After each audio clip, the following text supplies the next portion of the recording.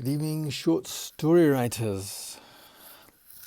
This is probably the first, because I do tend to go on a little bit, of two, maybe three videos explaining how and why it is I'm qualified to talk about these things.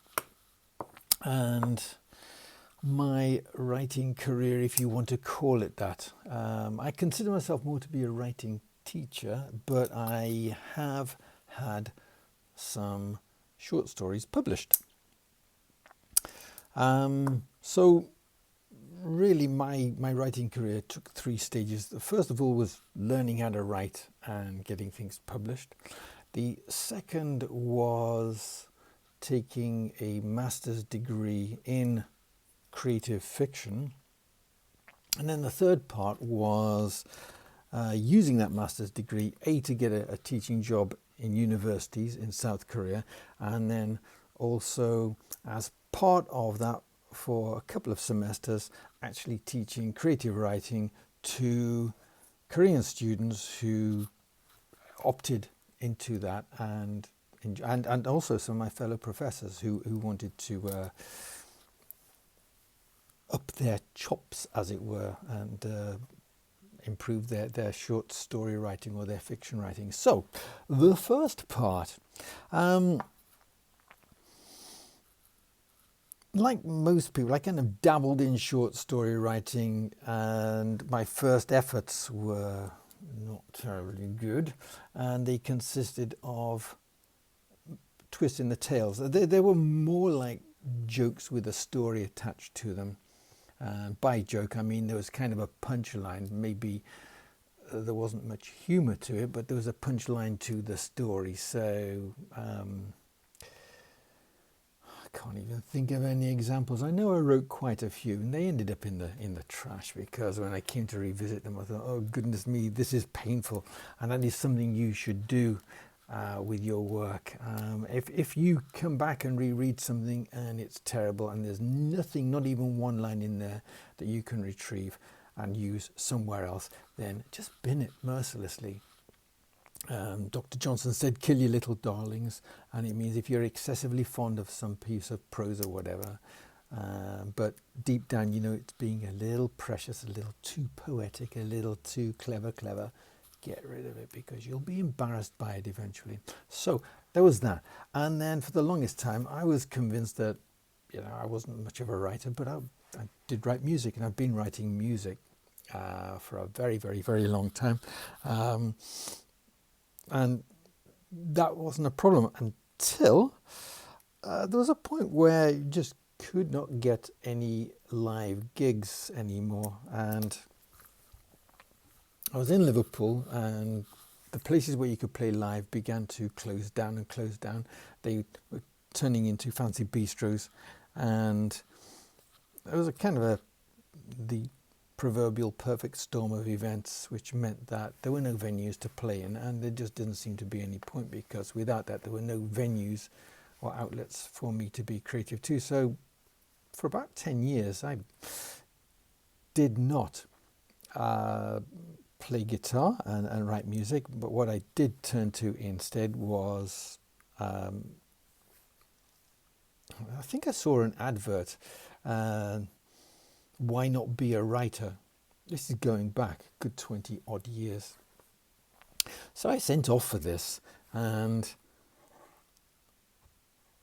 the intent at the time was to write articles for magazines, non-fiction articles, but it mentioned that you could progress from there to being a fiction writer. And then one day, I forget, it was just some sort of online newsletter, and it mentioned this site where they wanted very short pieces, I think 100 or 200 words, and you had to express some idea, and they were more literary fiction than anything else.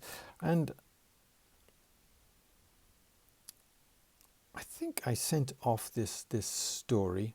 I'm focusing on fiction here. I sent off this story, which just suddenly occurred to me that maybe if somebody won the lottery, there wouldn't just be the curse of suddenly having more money than you knew what to do with and wasting it.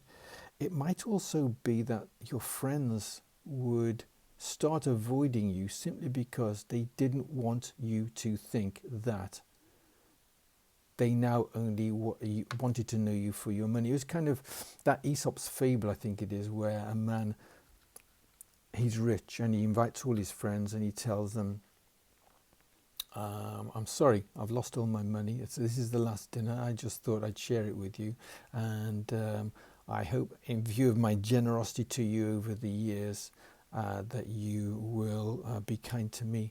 And then one by one, everybody except one person made their excuses and left, and made it very, very plain that he would not be welcome at their door. But the one person who left, who did not leave, it was perceived as the true friend. And I thought, that's kind of interesting. What if the reverse happened? And I just wrote this 200, I think it was called Instance. When blah blah won the lottery, her life changed in an instant, because that had been the headline of the fledgling national lottery at the time. And her husband divorced her, friends all left, but she was a millionaire. And I thought, oh, okay. So I wrote some more like that, and they were all rejected. Hint, spoiler, rejection is very much a part of the journey of being a writer. And then I discovered something called flash fiction, and a genre called slipstream. And I wanted to write science fiction. It turns out I'm not very good at it but I can write sort of horror, and sometimes that's inspired by science fiction. So I got one or two ideas together, started developing them, sending them off, and then before very long, the internet helped, because there was a site at that time called alienskin.com, and you've possibly seen my t-shirt of it. There's the aliens are coming. That was payment for one of the stories. So this was a site that paid as well. I got, I think, £5 or £10. I never cash these things in. I tend to keep the checks because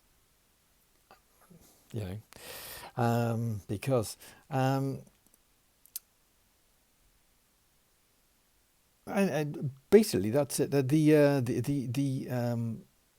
This was a long and drawn out process. It took a lot of years, and